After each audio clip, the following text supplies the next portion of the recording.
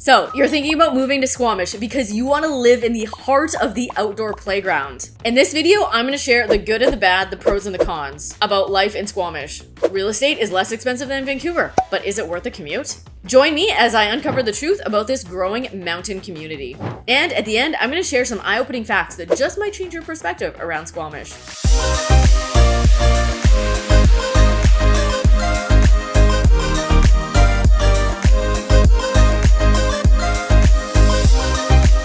If this is your first time to the channel and you want to know everything there is about real estate and living in the greater Vancouver area, subscribe below. Tap the bell for notifications to be the first to hear what's going on in the current market. My name is Megan Becker, local realtor. Myself and my team calls every day from people looking to make this incredible area their home. So whether you're moving in 9 days or 90 days, give me a call, text, or email, and I'm excited to help you make moves in the best city in Canada. Okay, let's dive into Squamish. First, where is it on the map? Squamish is about a 45-minute drive, no traffic, or 65 kilometers north of downtown Vancouver.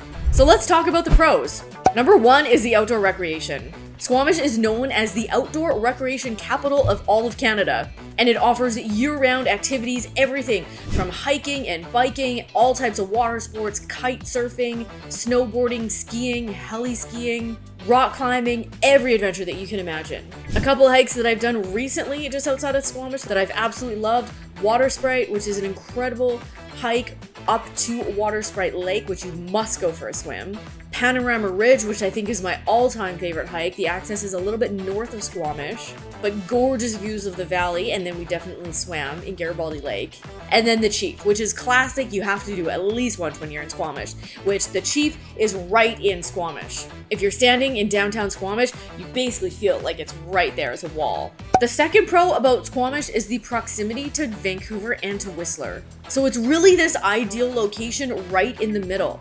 I've got clients, they live in Squamish because they love the outdoor lifestyle. Real estate is a little bit cheaper there than Vancouver, and they commute. I've got friends, he actually works in Vancouver and commutes twice a week. I've got a client actually who I sold a condo up in Squamish to this year, and he commutes to West Vancouver a handful of times a week.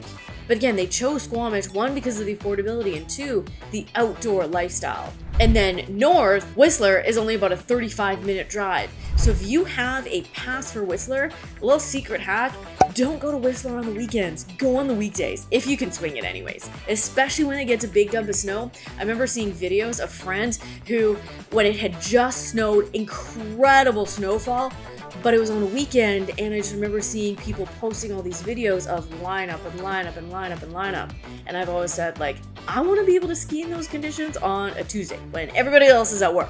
So that's the cool part about being potentially in Squamish, if you've got a flexible schedule, that is that, you know, it starts raining on maybe a Monday night, snowing, and then bam, you wake up, there's snowfall, you head up to Whistler. It's way more accessible, and you don't have to sit in the traffic of getting from Whistler all the way to Vancouver after a ski day. Number three is just the stunning beauty. You stand in Squamish and all around you is just incredible nature. You've got Howe Sound, which leads out to the ocean. You've got the Squamish River and all of the mountains that surround the town.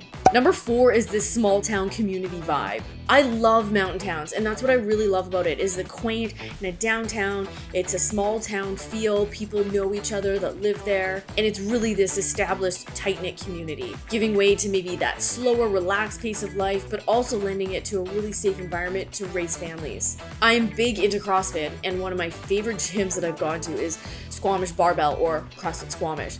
And going there, you just instantly have this community feel. They're using CrossFit or the strength and conditioning to train for something else, but it's people of all different walks of life, and everyone just makes you feel so welcome.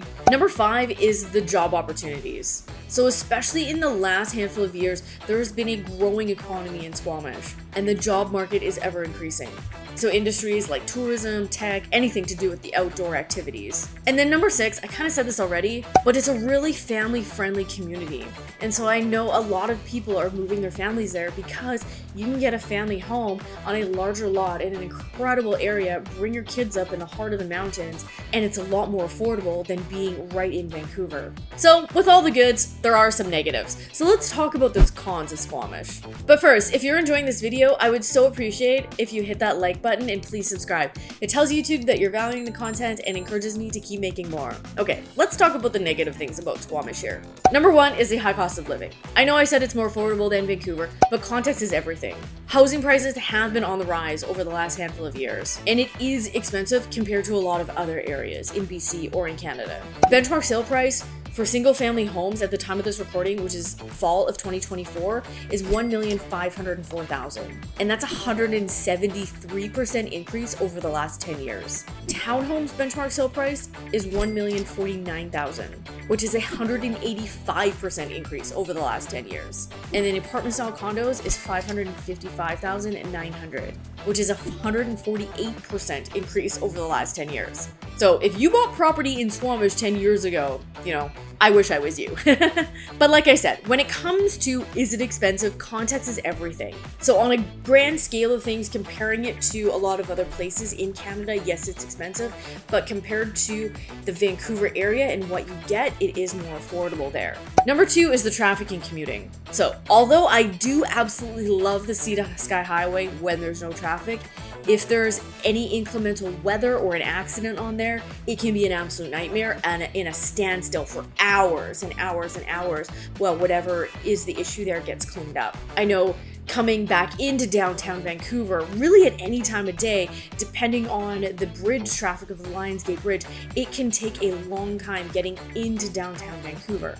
So if you're commuting, that is something to be aware of. Number three con is the limited job market. I know I said the job market is on the rise, which it is, but again, comparing it to other places in the lower mainland, there's not as many opportunities in Squamish. Number four con is the limited shopping, amenities, and entertainment. Squamish has your basics, absolutely, but comparing it to other cities like West Vancouver, North Vancouver, Vancouver, it does not have anywhere near the amenities and especially the entertainment options that those other cities do.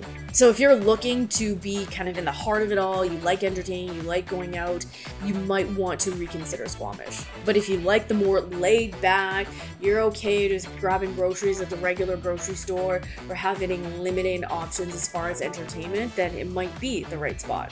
Number five con is the weather. Because of where it is in Howe Sound with the mountains essentially kind of sandwiching the community, it gives rise to a lot of wet and windy weather. That's actually why friends love kite surfing in Howe Sound there, is because it lends itself to a lot of wind there, which makes it great for kite surfing, minus the rain. And the number six con is the tourist influx. Squamish is very popular for tourists. With all the outdoor activities, the Chief can be very busy, especially if you do any of these hikes on a weekend. It can be very busy. When I did Panorama Ridge, a gentleman was counting every person that went by. He was standing at Garibaldi Lake, and we went on a Thursday, and there was about 200 people. We got there towards the end of the day, and he said it was around about 200 people total.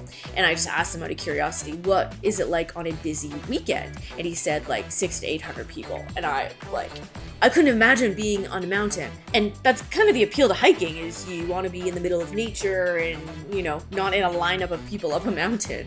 But that is one of the drawbacks of Squamish, especially on the weekends, especially on some of the really popular hikes. So I'm curious, do you live in Squamish or have you lived in Squamish? I'd love for you to share any pros or cons that you think that I may have missed. And again, thanks so much for watching. As always, I hope you got value from this video, and if you did, I would so appreciate it if you hit that like button and please subscribe. It tells YouTube that you're valuing the content and encourages me to keep doing more research and making more videos for you. Again, my name is Megan Becker, local realtor. My favorite thing to do is help people make moves in the greater Vancouver area, so all my info is in the description box below, so please reach out and I would love to chat. And until next time, there's a new ramen spot that just opened by my place, and I always say, when it's rainy and cloudy, that means it's ramen weather.